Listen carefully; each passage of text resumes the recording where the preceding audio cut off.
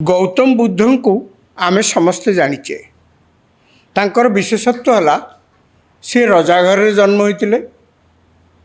भविष्य रजा होता किंतु राजा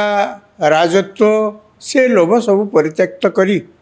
से सन्यास हो गले अर्थात सारा विश्व को से जो अमृत बाणी देले एवं सारा विश्व से जो आलोकित है से हूँ विशेषत्व गौतम बुद्धंकर आम सब विभिन्न कथार आलोचना पड़े आम कथा को उदाहरण प्रसंग देखिए कौन कहूँ जे किभली देखो ये जोगजन्मा लोक ये दुनिया रे जन्म होते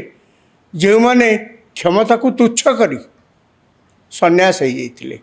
सन्यास होते सबू लोकों किंतु क्षमतार रही से राजी नथिले। ओडिशा राजनीति रे अनेक समय यही प्रकार कथा आलोचना हुए। एबे किछि दिन तले बीजेडी दल को केंद्र करी आपण माने समस्त लक्ष्य करथिबे बीजेडी दल रे बहुत बड़ बड़ नेता माने नाना प्रकार मंतव्य दौचंती केतेबेले दल उपर सेमानकर मंतव्य दल को दौचंती दल को आक्षेप करी कहउचंती आउ केतेबेले दलर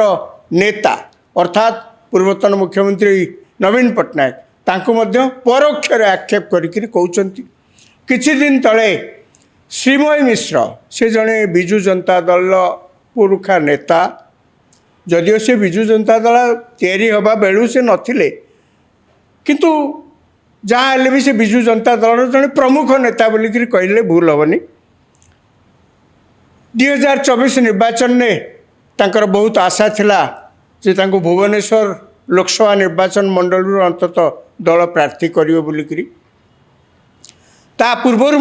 आहरी भरसा देता जे आम गुरुत्वपूर्ण पदवी रखिए और दरकार पड़े विधायक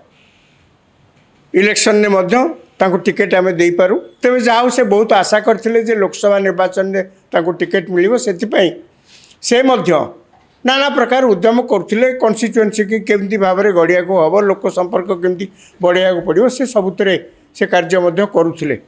हठात चड़क पड़ला बड़ी जितेबले टिकेट बंटा है से देखागला श्रीमय मिश्र को दल टिकेट देऊ नाही से एथरे उत्क्षिप्त होगा स्वाभाविक कहीं से जितेबाला टिकेट तांको आशा देखा जाइतिला तांको आशा भरसा दि जाइतिला जे टिकेट दिज्व से अनुसार काम करते खाली काम करुनथिले गाँ गाँ जाए प्रचार करुनथिले से कथा नुहे से एपरिक बीजेपी जे संभाव्य प्रार्थी से सिटिंग एमपी से अपराजिता षडंगी विरोध करने अनेक स्थान सहित विरोध जो जगह अपराजिता षडंगी जुआड़े जुआड़े जीवे गस्तरे एमाने आंकर पैरेलल भाव में समांतराल भाव में बिजु जनता दल महिला प्रार्थी माने महिला समर्थक माने जाकि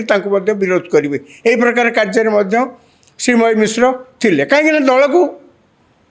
सी जेहेतु प्रार्थी हुए कहला तेणु से दलर जहाँ कार्यक्रम सब विभिन्न जगह करुले एथेर किसी खराब कथा किसी ना कि टिकेट न मिलला शेष बहुत दिन पर्यंत देखागला श्रीमय मिश्र आउ आलोचनार परिसर भितर को दल भितर आलोचनार परिसर भितर को आसी नथिले ए पर्यंत से दल रे अछंती एवं तांको मध्य पद पदवी रखा जाइति से जदिओ जो नुआ दलर विभिन्न संगठन सब गढ़ा होची ता भितर से पद पदवी अछंती जदिओ से भाग नौना तेज जाऊ सी बर्तमान आलोचनार परिसर भितर को आसचंती। आपण माने समस्त लक्ष्य करथिबे बिजु जनता दल विरोधी आसन को गला पर ठारू अनेक नेता आउ तो तांकर किछि कार्यपंथा तो आउ विशेष किछि नहीं सरकारी कार्य तो नहीं आउ से माने जाइकरी गाँ गंडा रे हठात किना बुलिकरी किछि सरकार विरोधी कार्यक्रम करवा वर्तमान समय अल्प किछि किछि जहाँ कोटी करेंगे सीना एतटा करवा सहज नुहे कहीं वर्तमान जो सरकार अच्छी से सरकार एभली किछि बदनाम हैनी जो थे कि बिजु जनता दल गाँव में पशिकी अन्य जगह जाकि सरकार विरुद्ध में गोटे प्रचार आरंभ करवा एतटा संभवपर परिस्थिति सृष्टि है ना एपर्यंत। यार भितर आपण मैंने लक्ष्य करेंगे